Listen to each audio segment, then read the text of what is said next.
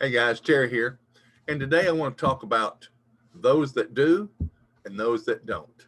And what I'm talking about are cancer survivors. Some will talk about the cancer and some don't want to talk about it.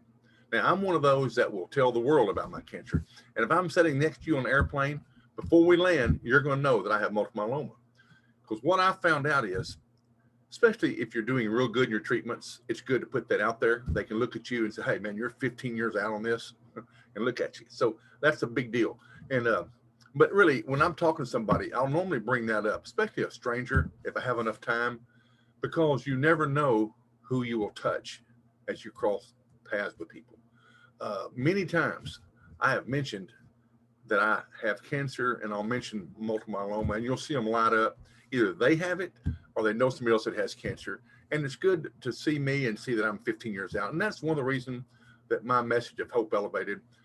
And that's why that I've put myself out there the last 16 years, hoping people, when people see me, they see a little hope.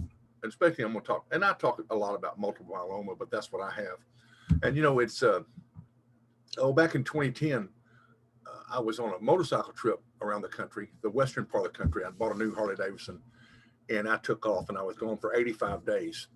And by that time, I guess I was several years into multiple myeloma, and I drove everywhere. I mean, I made all the big roads and all the big canyons and things. And I forgot where I was, but I think Devil's Gorge, I believe. I'm not sure what it's called, but I was there by myself on my bright red Harley, and a couple of women pulled up next to me, and there was really only 3 or 4 of us there in the whole park, because it's not very easy to get to that canyon or that gorge.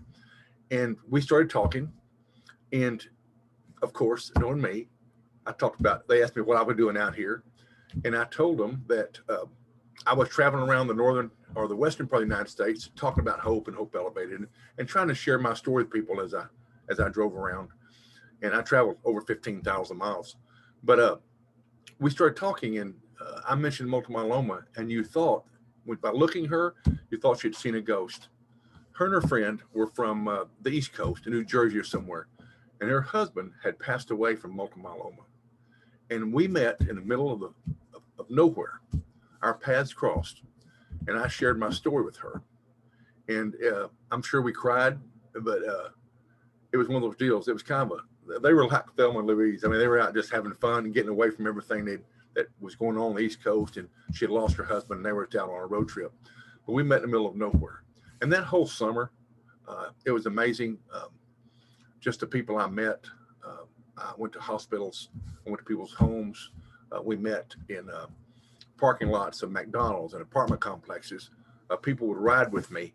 There was a girl in Albuquerque, New Mexico, and I'd had a Facebook page called Terry's Big Adventure, and I had about 13,000 people follow me.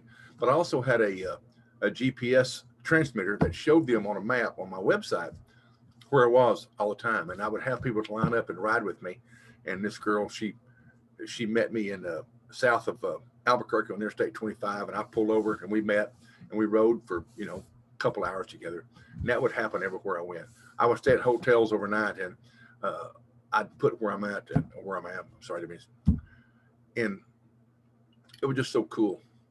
But that was a big time for me, and that's why I share my story. I think that it's good for people that are doing well in their treatments to put yourself out there and talk about what you have and talk to other people.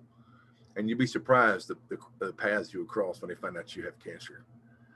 And as I've said many times before, if I can help one person, it takes the sting out of having cancer myself. So if I go through all this and whatever happens, it wasn't for nothing.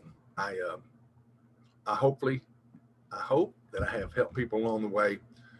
And I know there's some people I know that are probably watching this, especially on a Twitter feed, that are celebrating 10 years or they're celebrating their first year or whatever in multiple myeloma. And I just want to say there's hope out there. It's a good time for us. If you're going to have cancer, this isn't a bad time to have it, because there's so much coming on board and coming online from some pharmaceutical companies, and the research is great, especially with multiple myeloma. It's not a curable cancer, but they're getting a handle on it. So again, thank you for watching this, and please, if you would, subscribe to my YouTube channel. Thank you.